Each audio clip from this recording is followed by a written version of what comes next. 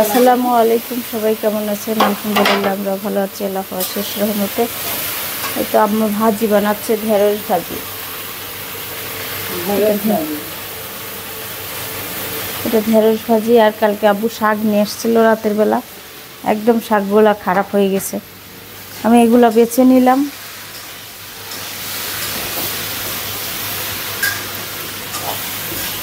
এই যে ঢেঁড়স ভাজিটা করা হয়ে গেছে, সবুজ সবুজ কালার হয়েছে, খুবই সুন্দর দেখতে। এখন হচ্ছে আমার নামাই রাখলো। আমি ডিমটা ভেজে নিচ্ছি, সুন্দর করে ভেজে এখন নিয়ে নেব। আমার মেয়ে আবার ছোটো চাচার মতো, মানে ডিম ছাড়া খায় না, কোনো মাছ খায় না।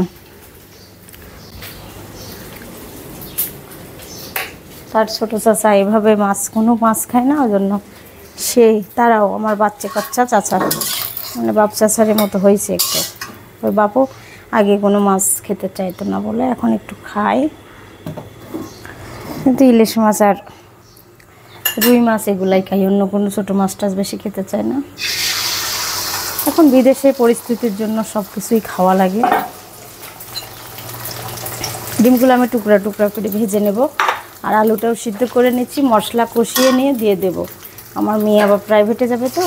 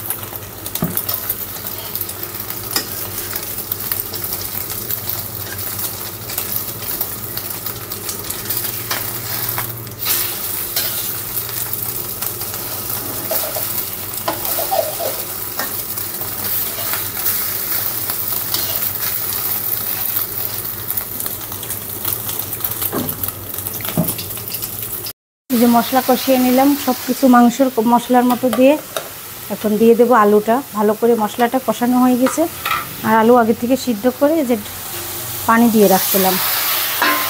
আলুটা কষাতে আবার পানি লাগবে তো, তার জন্য দিয়ে দিলাম আলু ঢেলে। এখন কষানো হতে হতে আমি এদিকে মাছটা ধুয়ে নেব। এই তো ডিম আলুর ঝোল হয়ে গেছে, নামাই রাখছি। আর এই যে 2 কেজি ওজনের সরপুঁটি মাছ এখন আমি কষায় রান্না করব। তেল তেল আছে, ওই জন্য কষায় রাখবো। আর পেটির মাছগুলো খুবই সুন্দর, ভাজলে তেলটা বের হয়ে যাবে। এই যে আমি মশলা কষাই দিচ্ছি।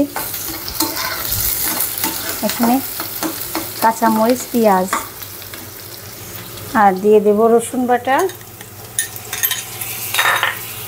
দিয়ে দিচ্ছি আদা বাটা। এটা কষিয়ে রান্না হবে, তার জন্য সামান্য পরিমাণ মরিচের গুঁড়া দিয়ে দিচ্ছি, জিরা ধনিয়ার গুঁড়া, হলুদের গুঁড়া, স্বাদ মতো লবণ,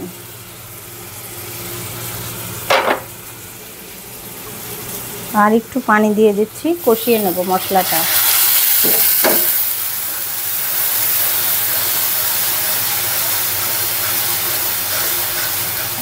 এই মশলাটা কষানো হচ্ছে, সুন্দর করে কষিয়ে নিয়ে একটা টমেটো দিয়ে দেবো। ফ্রিজ থেকে বের করা হলো, ডিপ হয়ে আছে এটা। কেটে নিয়ে একটু টমেটোটা, আর এদিকে পুরো মা কাটার পরে আবার কাটলো। আর ডিপালা জিনিস কাটতে ভালো লাগে।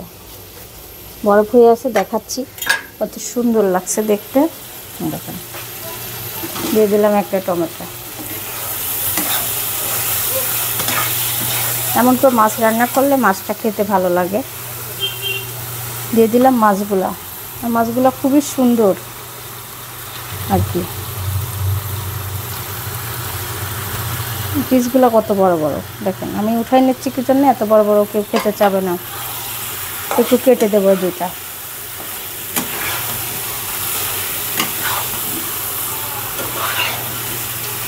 কষানো হলে বাসায় আসছে একা একা, কারো বলেই না, কেউ করে নাই। বাসায় এসে এখনই চলে যাব। এই যে হলুদের গুঁড়া নিতে আসছি বাবার বাড়ি। হ্যাঁ, হলুদের গুঁড়া নিতে আসছে। আর আমার ছোট বোন এই যে ভাত বাড়তেছে আমার জন্য। আর বাসায় কেউ নাই, দেখেন আমাদের এই বাসায় কত রোদ, প্রচন্ড রোদ, ফাঁকা বাসা। এই ঘরে অন্ধকার, কেউ নাই। আমার আম্মা বাসায় নাই, পুরোপুরি অন্ধকার, রোদ।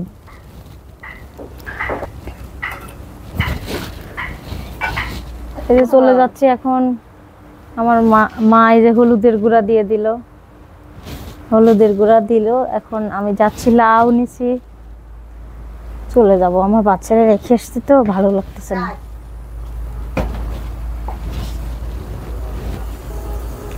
এই যে গেলাম, এই যে মারি কবুতর। আমি চলে যাচ্ছি এখন বাবার বাড়ি। আসছিলাম একটু তাড়াতাড়ি আসছিলাম, কারণ বলি নাই, চুপচাপ ভিডিওতে বলি নাই বাবার বাড়ি যাচ্ছি। এখন চলে যাচ্ছি, এই যে যাচ্ছি এখন। লিচু গাছের লিচু একদম ফাঁকা। এই টাইমে লিচু কত নিয়ে যাওয়া হয়, এখন লিচু নাই। আচ্ছা মা, গেলাম, থাকো, সময় গেলাম। আচ্ছা, চলে যাচ্ছি। আসবো না আবার কুরবানিদের মধ্যে, আসবো না। যে এখন বাবার বাসার থেকে আসতেছি, এই যে সুন্দর রোদ, এত রোদ পরিমাণ যা বলার ভাষা না। আমি রিকশাতে যাচ্ছি। আমি লিচুর দেশের মেয়ে, কিন্তু লিচু কিনতে আসছি। আর আমাদের বাসা এবার বাগানে লিচু নাই, একদম লিচু নাই। বাবার বাড়ি গেছিলাম, তো মনে করলাম লিচু নিয়ে আসবো, না পেয়ে বাচ্চাদের জন্য এখন কিনে নিয়ে যাচ্ছি।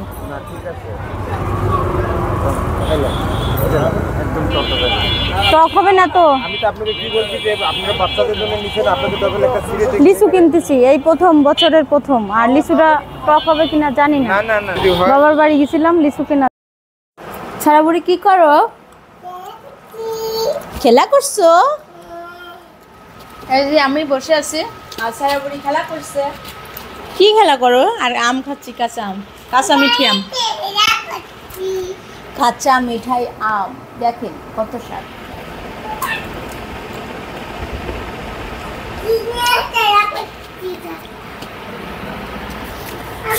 বাবার বাড়ি গেছিলাম, মেয়েরা বলছিলাম আম্মু লিচু নিয়ে আসো, লিচু।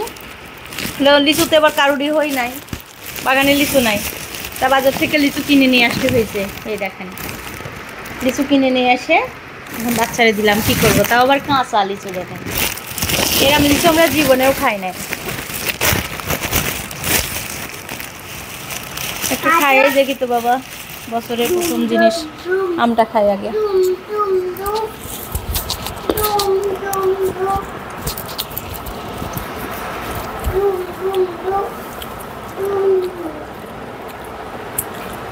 বিসমিল্লাহ করে শুরু করলাম। এখন দুপুরের খাবার খেতে যাব উপরে।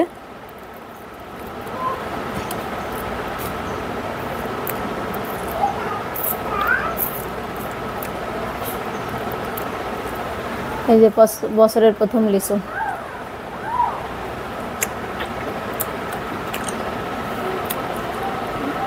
মাশাআল্লাহ, খুব সুন্দর। প্রথম খাচ্ছি তো।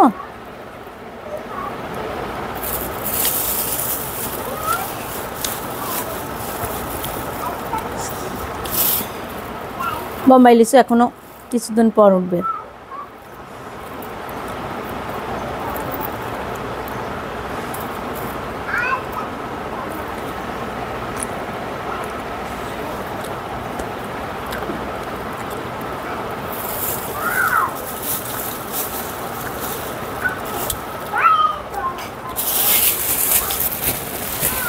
খাচ্ছি, হাতে কাছে দুইটা তিনটা খেয়ে নিলাম। ছাড়া যাচ্ছি উপরে খাবার খেতে। তা তাই না? বাজে 4:30, 4:28 বাজে। এর মধ্যে আমরা দুইজন যাচ্ছি খেতে, যাচ্ছি উপরে।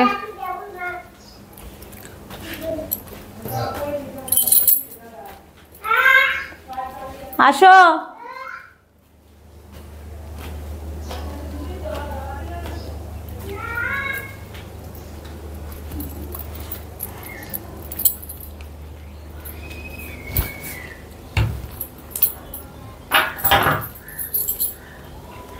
খাবার টেবিলে চলে আসছে, এখন খাবার খাবো। শোভা বাথরুমে।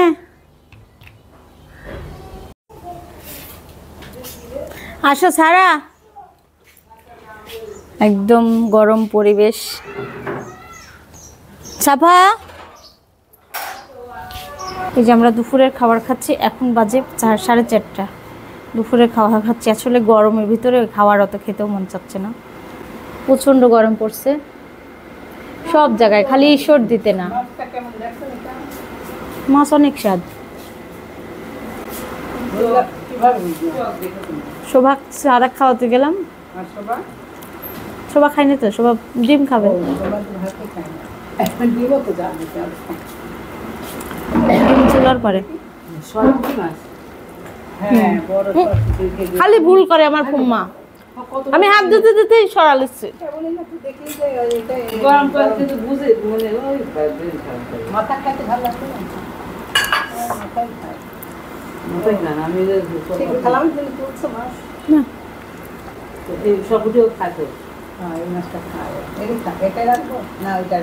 মাছ রাখেন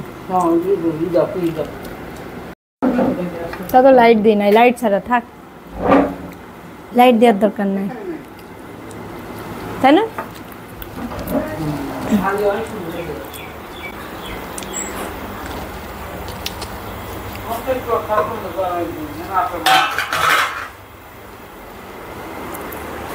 অনেক অনেক মজাদার খাবার। আমার এই ডিম আলুর ঝোল অনেক পছন্দ।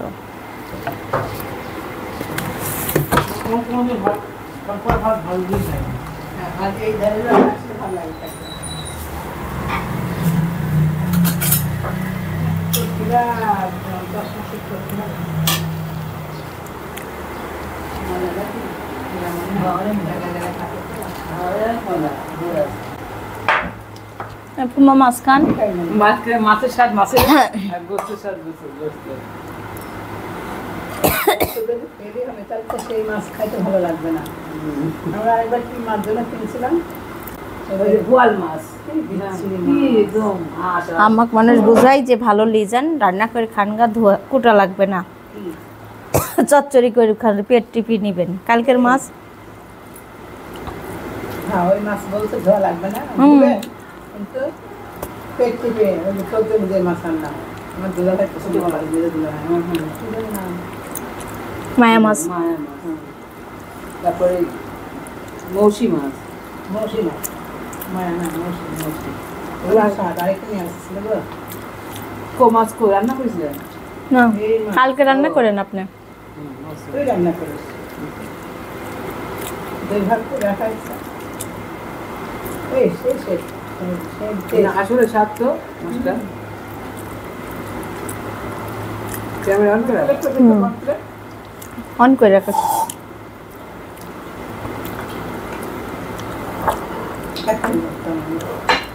কাঁচা সব ভাবে কাঁচা মাছ খেতে পারে না, ভয় পায়। আর আপনি কাঁচা আপনার হেনেও বেশি, হেনেও বেশি।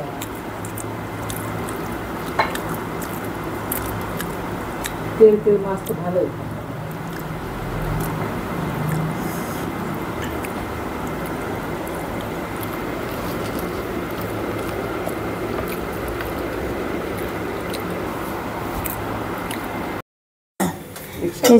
এই যে আম্মা হচ্ছে বিকেলের নাস্তা বানাচ্ছে। এটা কি চালের আটার?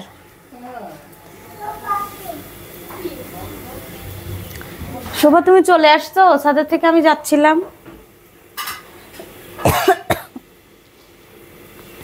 আম দিছে কে? এটা দিয়ে আসার দিব কালকে, ওইটা ওইটা দিব। আচ্ছা, এই যে চাকরি বানাচ্ছে, খুব সুন্দর হচ্ছে। একটু ছাদে আসছে, সন্ধ্যার আগ মুহূর্ত, মাশাআল্লাহ খুব সুন্দর আকাশটা, কিন্তু কোনো গাছের পাতা লড়ছে না। একটু দেখেন, বাতাস নাই, একদম বাতাস নাই। আর আমগুলো গরমে রুক্ষ হয়ে গেছে পুরাপুরি। হ্যাঁ, এই আম পাকে অনেক দিন, সবার লাস্টে আম পাকে। এই আম সবচেয়ে তাড়াতাড়ি পাকে এইটা।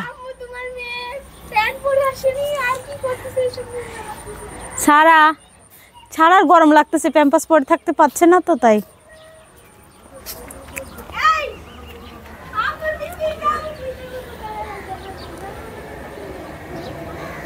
মুন্না ভাইয়ের দোকান এটা। এই যে ছাদটা খুব সুন্দর মাশাআল্লাহ। আমি এখানে দাঁড়াইছি, মনে হচ্ছে একদম আষ্টে গন্ধ। শোভা আর পূজা দোল খাচ্ছে।